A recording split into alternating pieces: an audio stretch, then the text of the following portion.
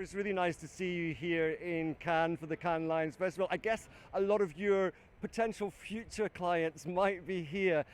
You're one of these, well, I haven't heard of this before, a fintech for adtechs.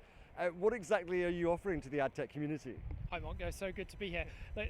So Revving is revolutionizing the way that adtech businesses get paid.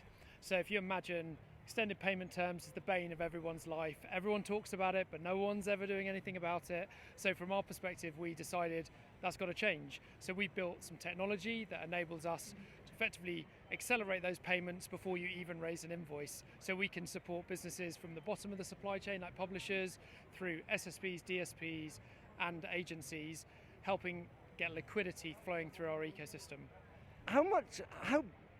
Well, first of all, why the adtech sector? And is it really that big an issue for adtechs?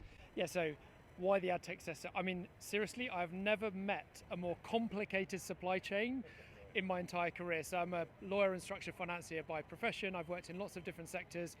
This had so many problems in it, I felt that there was a real opportunity for us to make a true difference.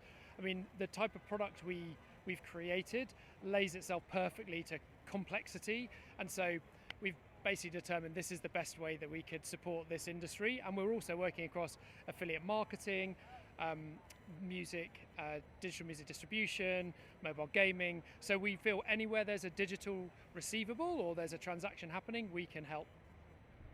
Why is there such a problem with prompt payment? That's a super good. I mean, I think we should be asking the brands and the advertisers that question. I think the challenge is that, big corporates at the top of the supply chain have always had it their way, and they've always been able to dictate the payment terms that we have. And so that has ordinarily trickled down. And I think what's happened is we're just in a situation where people are used to the status quo and they've got used to managing that. And my view is, well, why have we been putting up with it for so long? Why have you been putting up with it so long? So if we thought that if we could come in, we could give you access to your capital immediately, then that would transform what you can do as a business and give you that flexibility to take more staff on, do more projects, do all of the things that you've probably been thinking about that you haven't been able to do because of that. So unfortunately, it starts at the top and filters down, but that doesn't mean that we can't do something about it. You recently had a funding round. You raised £107 million. Most of that was in debt financing, some in equity. Why that kind of split? Yeah, so there's a huge opportunity. A lot of our customers need a lot of money, and we're supporting businesses, small SMEs who are doing a few 100,000 in revenue a year, all the way up to very large corporates that are doing in the hundreds of millions. So the reality is, to be able to support that broad breadth of businesses, we need to be able to have a pool of capital to do us.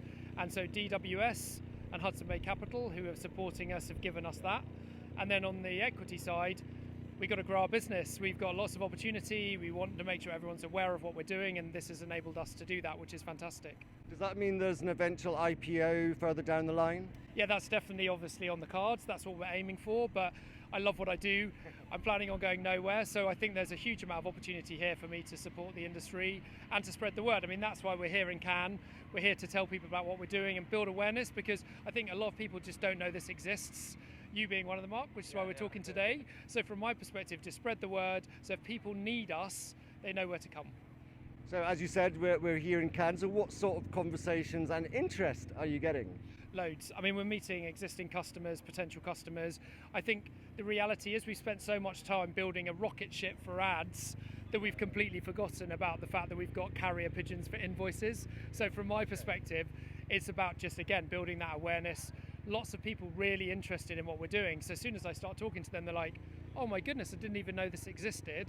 So that's been really, really good news. And for our existing customers, it's great for me to see them face to face.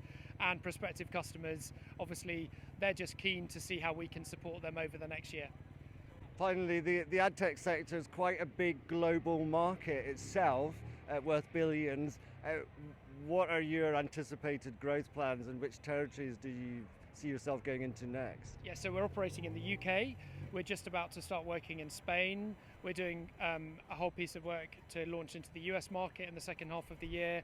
We've got customers that want to use us in Australia. So I think what this is demonstrating to me is this really is a problem, and it's a universal problem. It doesn't really matter which geography you're in. And so my challenge as a CEO running a business is to figure out where do we go first, what should we be doing. But in those core markets, I think we'll be definitely supporting a large swathe of the industry, which is great.